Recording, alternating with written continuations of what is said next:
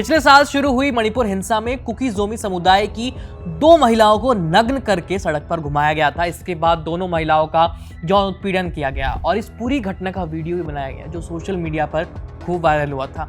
अब इस मामले में सीबीआई ने एक बहुत बड़ा खुलासा किया है। सीबीआई के मुताबिक अगर राज्य की पुलिस चाहती तो इन दोनों महिलाओं को बचा सकती थी, क्योंकि दोनों पीड़ित महिलाएं भीड़ से बचकर सबसे पहले पुलिस की जिप्सी के पास मदद मांगने के लिए पहुंची थी, लेकिन जिप्सी के ड्राइवर ने उनके सामने ये बहाना दिया कि उसके पास चाबी नहीं है। सीबीआई ने और भी खुलासे किए हैं। नमस्ते, मेरा नाम है आयुष और आप देख रहे हैं बीपी लाइव की सीरीज पूरी बात समझे आसान भाषा में। मणिपुर की हिंसा के दौरान तमाम अपराधों की जांच कर रही सीबीआई ने लगभग 1 साल बाद अब इस मामले में चार्जशीट दायर की है।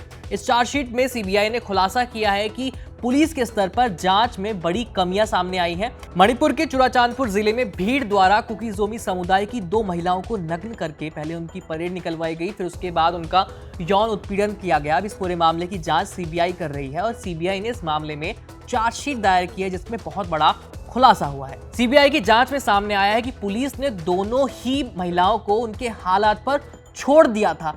उस दौरान मौके पर मौजूद पुलिस वालों ने पीड़िताओं को यह कहते हुए मदद नहीं की कि उनके पास गाड़ी की चाबी नहीं है, जबकि उसके बाद जो कुछ हुआ उससे पूरा देश शर्मसार है। सीबीआई द्वारा दायर चार्जशीट में कहा गया कि दोनों महिलाओं ने जिप्सी में बैठकर उन्हें किसी सुरक्षित जगह ले जाने के लिए पुलिस से गुहार लगाई थी, लेकिन पुलिस वालों ने उन्हें कहा कि जिप्सी की चाबी उनके पास नहीं है। सीबीआई के आरोप पत्र में कहा गया कि जिप्सी छोड़कर सभी पुलिस वाले मौका वारदात से चले गए थे। इसके बाद बड़ी संख्या में भीड़ वहां पहुंची और महिलाओं को जिप्सी से खींचकर बाहर निकाल दिया गया।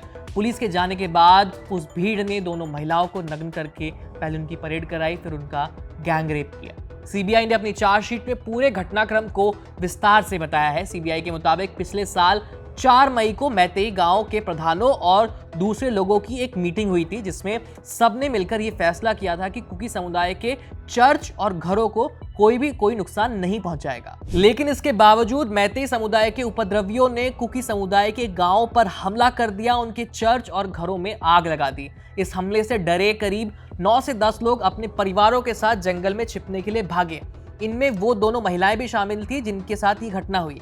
इसके अलावा इसमें एक शिकायतकर्ता, 3 पीड़ित महिलाएं, 2 पुरुष, अपनी बेटी और पोती को साथ लिए एक बुजुर्ग भी शामिल थे। लेकिन जंगल में छिपे इन लोगों पर मैतेई भीड़ की नजर पड़ गई। भीड़ की नजर उन पर पड़ी और भीड़ उन्हें देखते चिल्लाने लगी कि यहाँ पर लोग छिपे हुए हैं। भीड़ में शामिल एक शख्स हाथ में बड़ी सी कुल्हाड़ी लेकर उनकी तरफ दौड़ा और उन्हें धमकाते हुए कहा कि जिस तरह चुराचांदपुर में तुम लोगों ने हमारे यानी मैतेई लोगों के साथ व्यवहार किया है, हम भी तुम्हारे साथ वही व्यवहार करेंगे।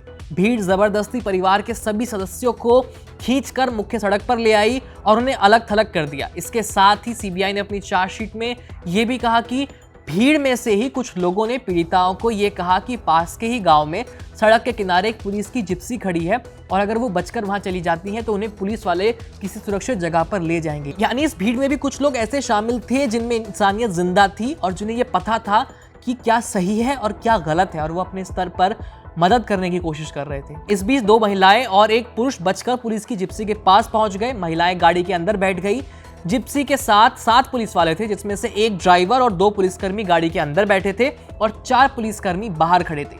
पीड़िता के साथ आए पुरुष ने पुलिस वालों से जल्दी से गाड़ी चलाने की गुहार लगाई, लेकिन पुलिस वालों ने कहा कि उनके पास गाड़ी की चाबी नहीं है। सीबीआई की चार्जशीट के मुताबिक थोड़ी ही देर बाद पुलिस वालों ने गाड़ी चलाई और कुछ दूर जाकर करीब 1000 मैतेई लोगों की भीड़ के नजदीक जाकर गाड़ी रोक दी। भीड़ ने दोनों महिलाओं को और उनके साथ मौजूद पुरुष को गाड़ी से यानी पुलिस की गाड़ी से खींचकर बाहर निकाल दिया। पुरुष के साथ मारपीट की गई और महिलाओं को पहले सड़क पर बिना कपड़ों के घुमाया गया और फिर उनके साथ गैंगरेप किया गया। यानी अगर पुलिस वाले सूझबूझ से काम लेते तो शायद उन महिलाओं के साथ वो सब नहीं होता, लेकिन पुलिस वालों ने अपना काम ठीक से किया ही नहीं। ऐसे में दोषी पुलिसकर्मियों के खिलाफ क्या एक्शन लिया गया, जब ये जानने के लिए इंडियन एक्सप्रेस ने मणिपुर के डीजीपी राजीव सिंह से बात की तो उन्होंने कहा कि इस मामले में शामिल पुलिसकर्मियों के खिलाफ पहले से ही विभागीय कार्रवाई की जा चुकी है।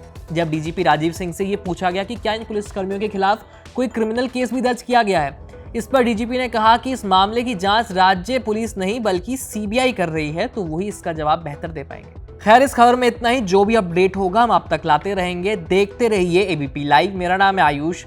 धन्यवाद।